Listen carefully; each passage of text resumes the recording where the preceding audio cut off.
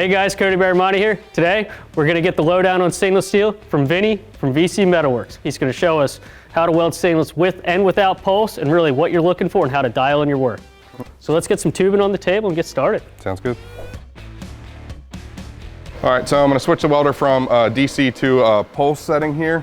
We're gonna go 100 amps. We're gonna leave it at about 100 amps on our peak. I'm gonna run 30% on my peak time. We'll set this at 1 pulse per second today. And our base amp is gonna be 5% of 100, so we'll be running about 5% on our background.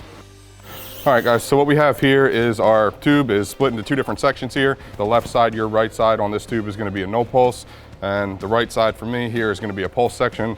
And what we're gonna do here is show you the difference in the results that you'll get from running a direct current versus a pulse setting. So we'll start over here on the right. Again, I'm gonna set my filler rod up in the gap here. I'm gonna arc up on the filler rod, lightly on the pedal, wait till it liquefies, and then we'll run all the way across, and I'll terminate slowly at the tack in the center where we'll transition to the no pulse. So again, I'm about 25% on the pedal, just enough to get the arc and see what I'm doing. I'm increasing my heat now.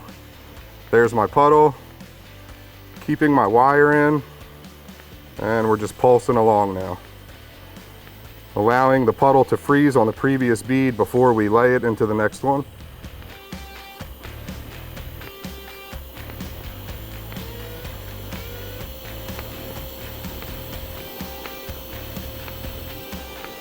And we'll terminate slowly to avoid getting any craters. Let your post flow sit, and we got a nice looking weld there. So we're gonna rotate our part here to the non-pulse section. We'll switch our machine over.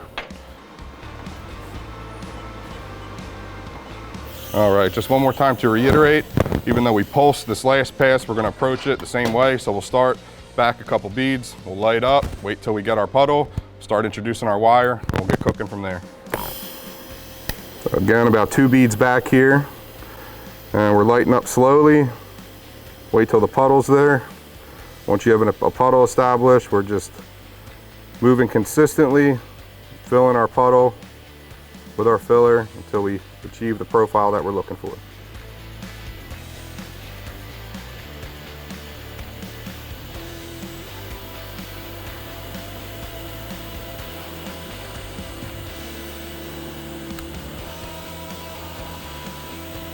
We'll terminate slowly, avoid getting any cratering.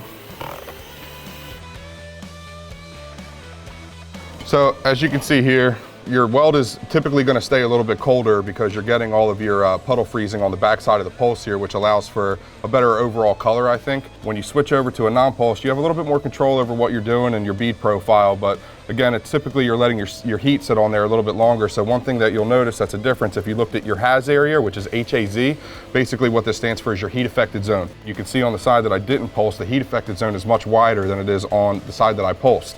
Now, we could even adjust our settings on our TIG welder here to even tighten up this pulse bead even more and reduce our HAZ area. But this just goes to show you how much you can control your heat. If you're doing thin parts or parts that are crucial, you don't want them to warp, taking a pulse setting versus a direct current and reducing the amount of heat that you're inputting into your material can make a big difference on your job.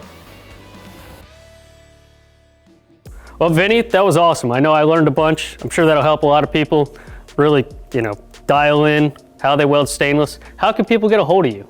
Right now, you guys can reach me on Instagram at VC Metal Worx with an X.